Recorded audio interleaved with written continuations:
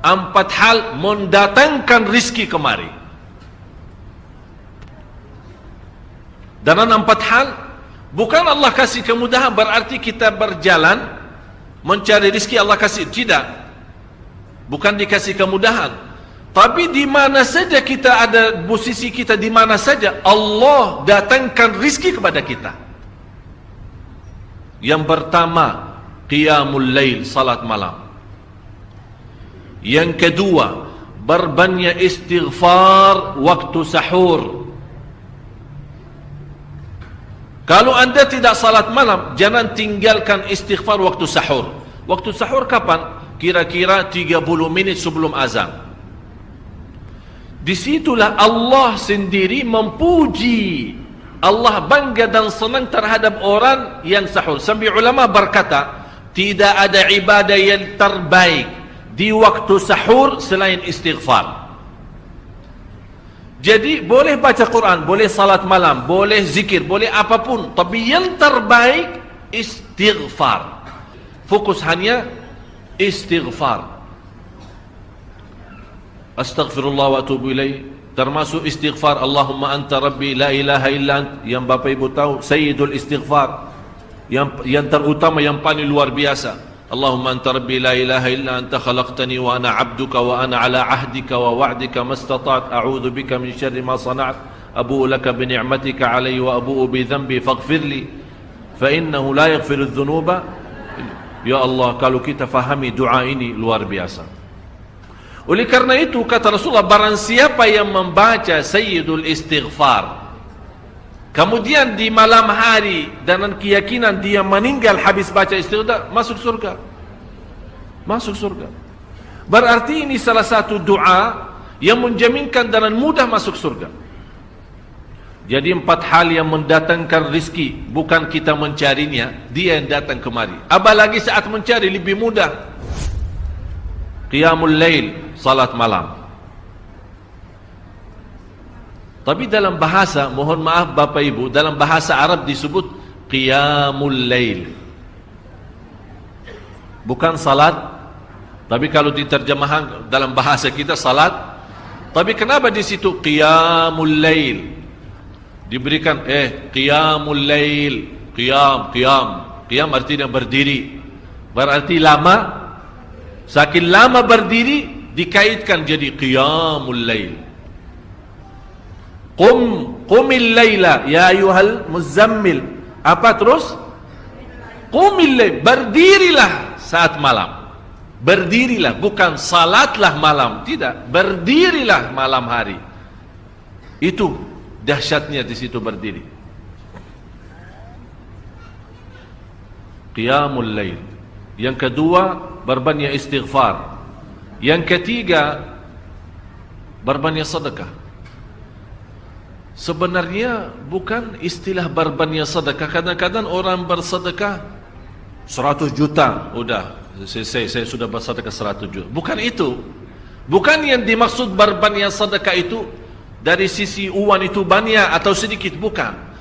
Yang dimaksud rahasia sedekah, ta'ahudus sedekah, istiqamah bersedekah. Istiqamah. Itu tidak menjadi masalah besar maupun kecil. Itu tidak menjadi masalah. Karena bagi Allah tidak ada artinya besar maupun kecil. Kita tidak memberikan kepada Allah. Karena Allah Maha Kaya. Tapi rahasia sedekah itu kita terus menerus sedekah. Siang, pagi, malam, pagi, besok terus, minggu depan. Tidak pernah berhenti. Setiap ada kesempatan selalu kita membawa sedekah. Itu namanya ta'ahudus sedekah. Ta'ahud kalau dalam bahasa sebuah janjian. Seolah-olah kita ada kontrak kerjasama antara diri dengan apa? Dengan sedekah. Itu kata ta'ahud, ahad, berjanjian. Saya berjanji. Seolah-olah ada berjanjian antara kita dalam sedekah. Jadi tidak boleh terlepas dari berjanjian. Seolah-olah kita menghormati berjanjian. Bagaimana menghormati? Kita terus kerjasama.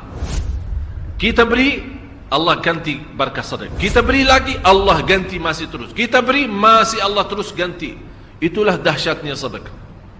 Jadi Bapak Ibu, jangan nunggu hari tertentu, bulan tertentu, malam tertentu kita bersedekah. Jangan.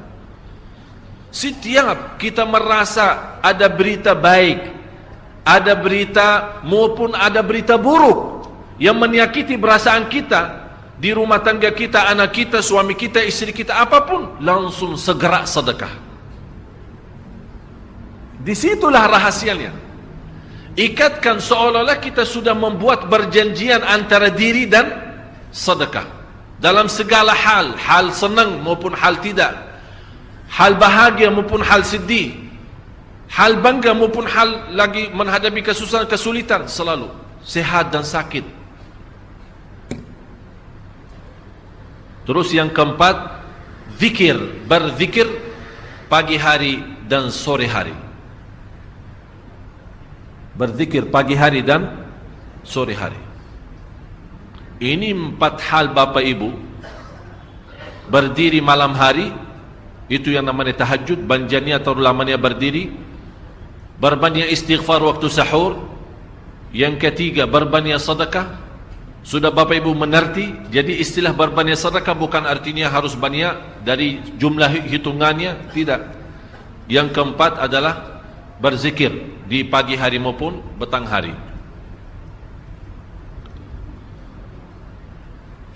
Amman huwa qanitun ana al-laili sajidan wa qa'ima.